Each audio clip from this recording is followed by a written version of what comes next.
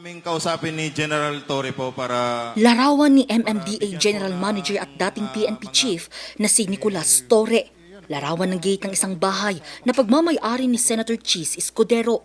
At larawan ni na Senator Kiko Pangilinan kasama ang kanyang asawang si Sharon Cuneta.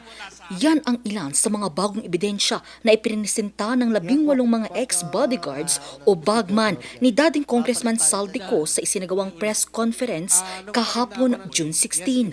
Ang press con di umano'y inorganisa ni dating Congressman Mike Defensor. Kaya po minabuti namin na kunin na ang pagkakataong ito dahil maring ito na ang huling pagpapahayag ng ating mga buting sundalo, ang ating mga bayani na nagsalita nung unang Blue Ribbon Committee hearing. Mag-iisang taon na, kaming mga nasa harap ninyo, lahat kami nakasuhan na. Yung mga nagsasalita ng korupsyon, yung mga naglalabas ng katotohanan, ang nakakasuhan.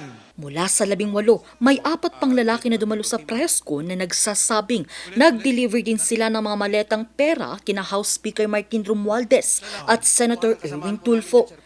Bagamat hindi nabanggit si Senator Chis Escudero sa mga naunang pagdinig ng Blue Ribbon Committee ng Cayetano Block, kahapon idinawit nila ang senador. Yung address po, sir, talagang hindi ko po, sir, tukoy, sir. Kasi advance team kami nun, sir. Bali yung nakakaalam, sir, yung driver namin, sir.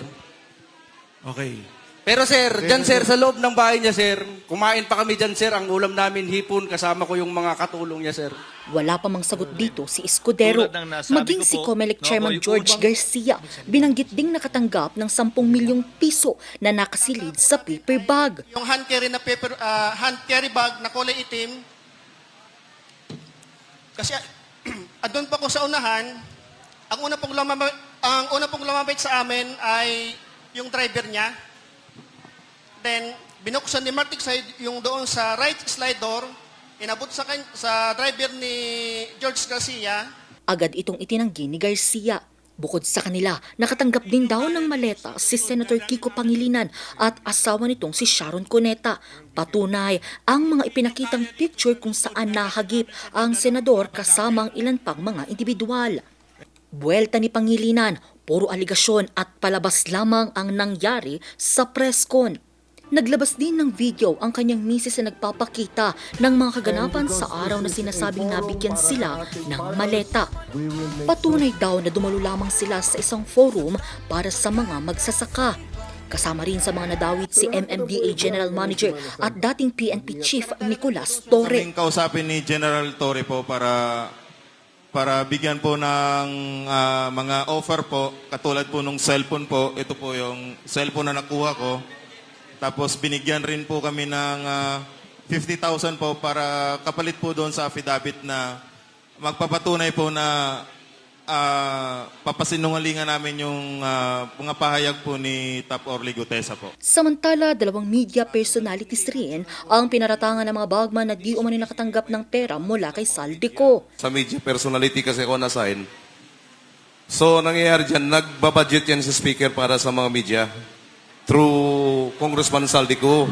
Ito'y sina Ramon Tulfo at Arnold Clavio na mariing itinanggi ng dalawa. Kasinungalingan, nakakatawa at nakakalungkot. Ito naman ang naging pahayag ni Clavio. Dagdag niya, ebidensya muna bago dada. Pero kung si Baguio City Mayor Benjamin Magalong lang daw ang tatanungin, dapat na protektahan ang mga bagman na kanyang tinawag na witnesses. Itong mga whistleblowers na lalabas pa, kung sakasakaling naghahanap kayo ng tutulong sa inyo, huwag kayong tumakbo sa mga politiko. Huwag kayong tumakbo sa mga political parties. Kasi you will only be exploited, manipulated. Ang masama niyan, words will be placed in your mouth. Handa naman daw na dumalo ang ngayon 22 bagman sa susunod na Blue Committee hearing sa ilalim ng bagong liderato ng Senado. Angel Arquero para sa Nation on the Move.